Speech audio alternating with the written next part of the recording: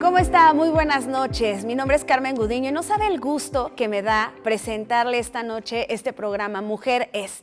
Un programa que va a estar dedicado en todas sus emisiones a las mujeres, a las problemáticas que tenemos, a los retos que tenemos en muchos ámbitos. Y para irlo desmenuzando poco a poco vamos a tener invitadas que nos van a ayudar a entender todas estas problemáticas alrededor de las mujeres. Vamos a tratar temas de infancia, de adolescencia, de juventud.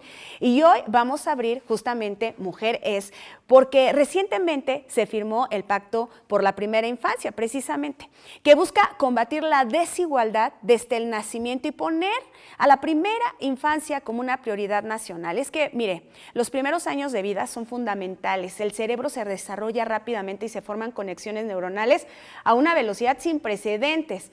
Además, todas las experiencias que se viven en estos primeros años, en los primeros 6 años de vida, pueden tener un impacto duradero en la salud, en el aprendizaje, la felicidad, el bienestar de los menores. Y por eso las niñas y niños de 0 a 6 años y sus familias requieren todas estas acciones para garantizarles derechos en materia de salud, nutrición, crianza, bienestar.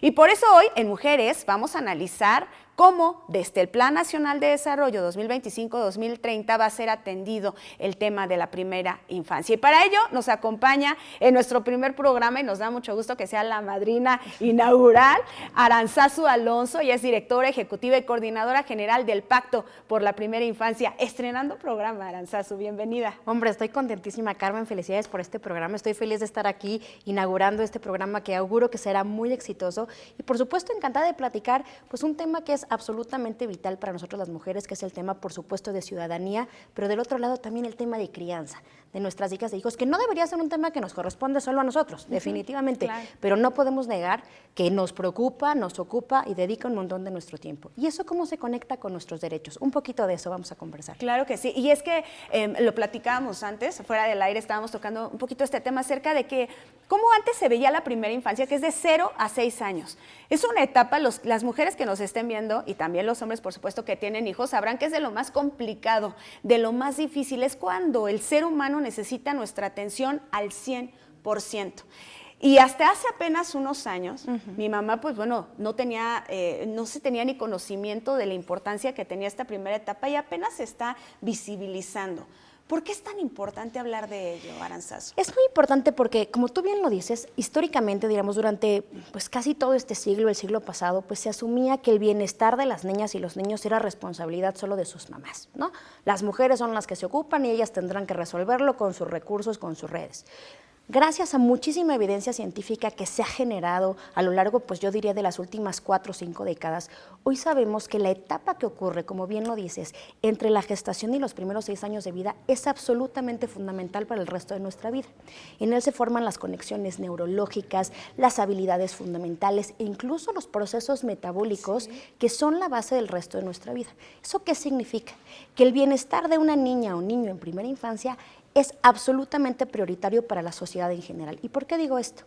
Si nosotros desatendemos o no procuramos un cuidado cariñoso, sensible e integral a las niñas y niños en primera infancia, lo que va a pasar es que vamos a tener adultos con un menor coeficiente intelectual, con menores habilidades socioemocionales o mayor tendencia a enfermedades de salud mental que hoy sabemos que son una epidemia, con más propensión a conductas de riesgo o a conductas delictivas. Entonces, el bienestar de las niñas y los niños no es un asunto solo de las mujeres, ni es un asunto solo de las familias, es un asunto de interés general.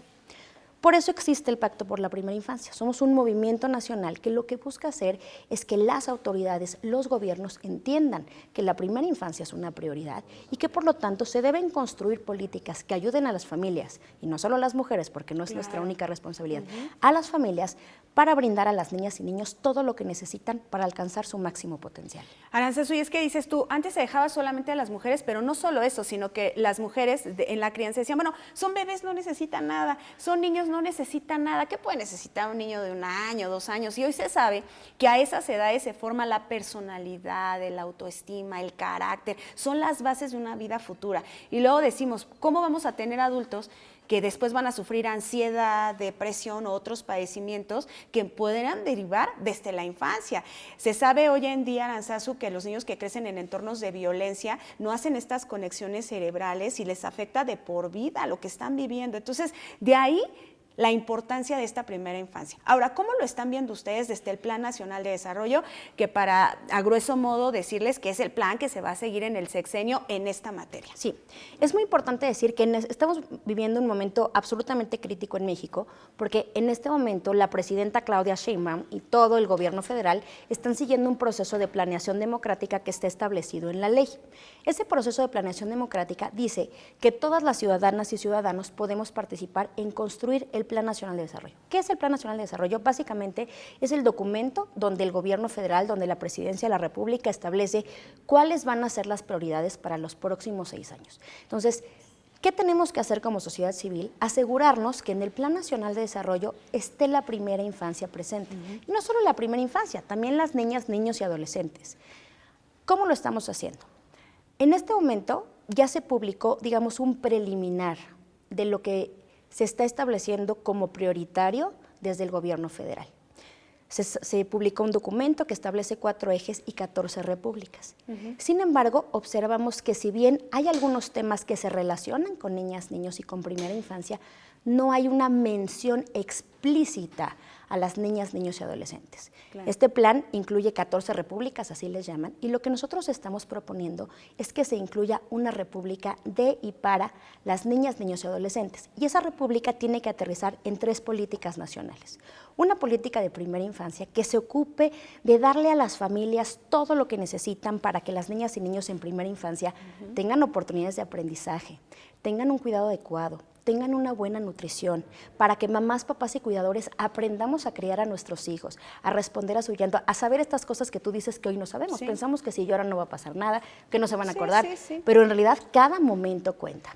Esa es la primera parte. La segunda es una política, digamos, que se ocupe de las niñas y niños de los 6 años hasta antes de cumplir los 12, para seguir sosteniendo su desarrollo, y finalmente una política específica también para las adolescencias, que es una etapa muy crítica. Un poco el mensaje es: niñas, niños, adolescentes son responsabilidad de la nación, del país, no solo de sus mamás, no solo de sus papás, no solo de las familias. Tenemos que asegurar que haya políticas de Estado que los atiendan de manera integral. ¿Para qué? Para que vean garantizado todo su potencial y, por supuesto, todos sus derechos. Y es que, Aranzazu, yo pienso en este acompañamiento que tú dices desde la primera infancia, luego viene la adolescencia y luego la juventud, ¿no? Y pareciera que cuando una mujer está embarazada, el sistema te dice, bueno, tienes que ir a tus revisiones, ¿no? Si quieres esta licencia de maternidad y te tienen que atender. Pero una vez que nace el bebé, se va a su casa el bebé con su mamá, con su papá, y ya no se vuelve a dar ese seguimiento al niño. Bueno, se recomienda que vaya al pediatra y todo, que se hagan los tamices, pero ya se acabó. ¿Y qué va a pasar con los siguientes desarrollos de ese niño cuando cumple 1 año, cuando cumpla 2? ¿Quién lo va a cuidar? ¿Cómo lo va a ver? ¿El Estado está supervisando que esté creciendo o no esté creciendo bien? No hay atención. Estamos en nuestro primer programa de Mujer Es, y justamente estamos hablando de la primera infancia, lo vital que son esos primeros años de vida, de los 0 a los 6 años. Y antes de irnos a corte nos quedábamos platicando y reflexionando de cómo cuando una mujer está embarazada se le brinda todo el acompañamiento, Aranzazu. Decíamos, tienes que ir a tus citas, te dan tu ácido fólico. Parece que hay una atención importante a la mujer. Pero una vez ya que se convierte en madre, te dan a tu bebé, bueno, pues aquí está. Adiós, y no volvemos a saber más. Claro, algo que nosotros estamos proponiendo es que esta política de atención integral a la primera infancia, que sugerimos que se llame Raíces del Bienestar, digamos, para explicar la importancia de asegurar esta etapa de la vida, es que haya una ruta integral de atenciones. ¿Esto qué significa? Que haya un caminito que las familias, las niñas y los niños puedan transitar desde que está embarazada la mamá hasta que cumple 6 años, luego hasta que cumple 12 y luego hasta que cumple 18. Y en este caminito tiene que empezar a recibir paquetes de servicios integrados o paquetes de programas. Por ejemplo, ¿no? En el embarazo, ¿ok? Tienes tus consultas prenatales, te dan tu suplementación, te dan alguna capacitación en cuanto a cómo responder al llanto de tu bebé, a las necesidades, a que tienes que alimentarlo solo con leche materna, a capacitarte. Ya que nace tu bebé, tendrás que recibir otros paquetes, ¿no? Un paquete de servicios. ¿Qué significa eso? Pues de entrada, a lo mejor, apoyo, bueno, primero los tamices. Es importantísimo que el bebé se haga todos los tamices, tamiz cardíaco, tamiz visual, tamiz auditivo, tamiz metabólico, para detectar de manera oportuna alguna discapacidad o enfermedad y atenderlo de manera adecuada. Después, por supuesto, necesitas consejería en lactancia materna. Hoy sabemos que los bebés requieren leche materna como único alimento los primeros 6 meses de vida, pero la lactancia es difícil. No porque lo hayamos hecho de manera milenaria, es sencillo. O sea, las mamás tenemos muchos miedos, nos sentimos incompetentes, no sabemos cómo acomodarnos el bebé, creemos que no los llenamos, ¿no? Hay muchas razones por las que no damos pecho. Deberían ayudarnos a decidir hacerlo y a poder hacerlo porque es difícil. Después te tendrán que decir, bueno, a ver, en estos primeros días tienes que vigilar a tu bebé, que si se pone amarillo, que no se pone amarillo. O sea, los primeros días, los primeros 28 días después del nacimiento son críticos. ¿Qué tendrá que pasar, por ejemplo, en esta ruta integral de atenciones? Alguien debería visitarte en tu casa, hacerte una visita domiciliaria para ayudarte a resolver todas tus dudas. E incluso para ver si el niño está en un entorno sano, si no está sufriendo violencia, si no tiene desnutrición, si no tiene algún padecimiento que no le han detectado los padres y que a lo mejor pudiera requerir una atención especial. No se hace, estas visitas iniciales domiciliarias después del nacimiento son esenciales. Después tendremos que entrar a un paquete donde acompañemos. Tú eres mamá, tú sabes que los primeros años de vida los bebés se enferman y se ponen mal así, en un minuto. Entonces necesitaremos asegurar un acompañamiento y un paquete de servicios, primero para que los transiciones a la alimentación complementaria, una vez que acabas la lactancia materna exclusiva. ¿Qué les vas a dar de comer? ¿Cómo les vas a dar de comer? ¿Qué sí les puedes dar de comer? ¿Qué no? Segundo, evaluación del desarrollo infantil, como tú dices. A lo mejor el bebé ya debería sentarse y no se está sentando. A lo mejor el bebé ya debería empezar a caminar y no lo está haciendo. Eso tú como mamá no lo vas a saber. Necesitas que le hagan al menos una vez al año una evaluación del desarrollo infantil, donde te digan, a ver, se está desarrollando de acuerdo a lo que corresponde, o hay que apoyar la parte motora, o hay que apoyar la parte del lenguaje. A veces es muy común que digamos, no, pues es que no habla, es flojito.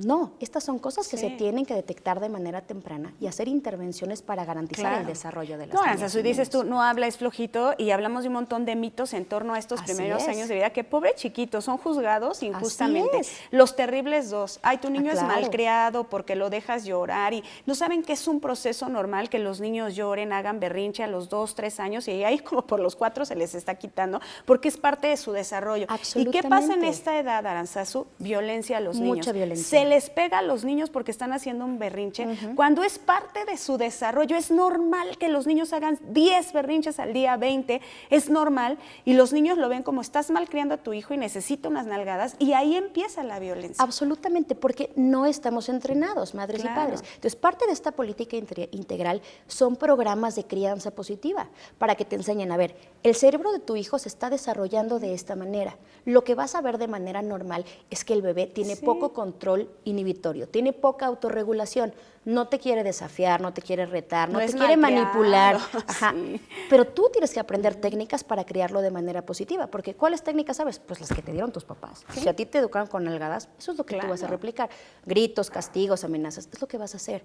Nosotros no traemos eso en el ADN por ser mujeres, ni los hombres que se involucran. O sea, tiene que haber programas del gobierno donde te enseñen este proceso de maduración neurológica del bebé y te enseñen técnicas para acompañarlo, pero esto tiene que ser parte de una política de Estado y es de la más alta prioridad. Por eso insistimos en que debe de estar explícitamente en el Plan Nacional de Desarrollo. Ahora, ¿cómo le hacemos, Aranzazu? Porque siempre me gusta hablar del deber ser, porque aquí nos ponemos optimistas y decimos, bueno, ya se logró y va a haber este acompañamiento, ¿no? Se va a tener, ya se entendió que se necesita acompañar a los niños como una responsabilidad de Estado de vigilar que ese bebé que ya salió del hospital, bueno, ¿cómo va a ser su crecimiento? ¿Está en la escuela? ¿No está en la escuela? ¿Está en un entorno sano? ¿No? ¿Tiene más hermanos? ¿Sufre violencia? ¿No? O sea, ese acompañamiento ya se hizo, ya está.